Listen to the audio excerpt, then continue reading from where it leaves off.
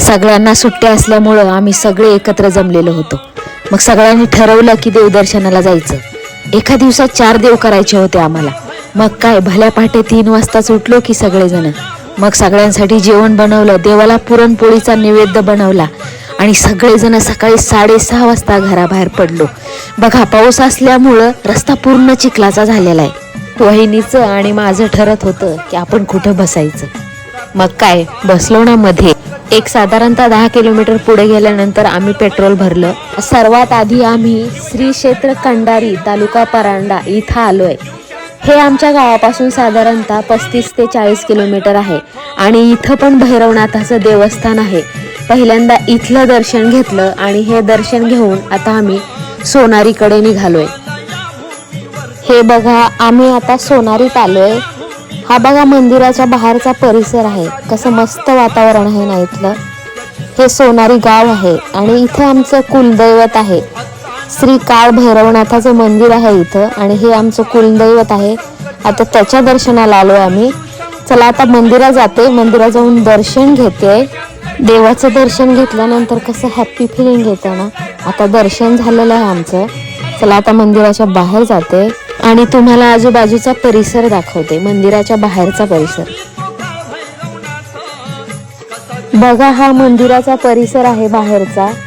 बघा, इथं माकडं सुद्धा आहेत, बघितली. आणि हा परिसर बघा कसा सगळा गुलाबी गुलाबी दिसतोय. प्रत्येक देवाला काही ना काही उधळतात, तसंच या देवाला गुलाल आणि खोबरं उधळतात. बघा, इथं मंदिराच्या बाजूला जिवंत महाराजांची समाधी आहे. एक 6 ते 7 महाराजांची इथं समाधी आहे. हे बघू शकता तुम्ही समोर. त्या समाध्यांच्या मध्ये एक महादेवाची पिंड पण आहे. समाधी झाल्यानंतर तिथंच बाजूला आतमध्ये खोल गाभाऱ्यामध्ये मर्याई माताचं मंदिर आहे. बघा, हे खूप खोल आहे. आता तिथल्या दर्शनाला जाते. बघा, ही देवी आहे. बघा, आता सगळं दर्शन ते झालेलं आहे सगळ्यांचं. आता थोडंसं म्हटलं इथं निवांत बसावं जरा. मंदिराच्या बाजूला सगळेजण बसलोय आम्ही. आमचं दर्शन झालेलं आहे. हा मंदिराचा परिसर आहे. आम्ही आता घरी चाललेलो आहेत. सगळे पुढे गेलेले आहेत. मी सिट्टी मागे राहिले. हे माझ्यासोबत आजी पण आहे माझी. आजी इकडे बघ.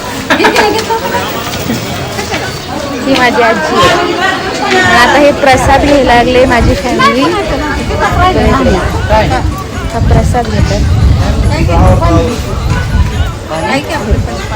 आता आमचे 2 देवांचं दर्शन करून झालेलं आहे.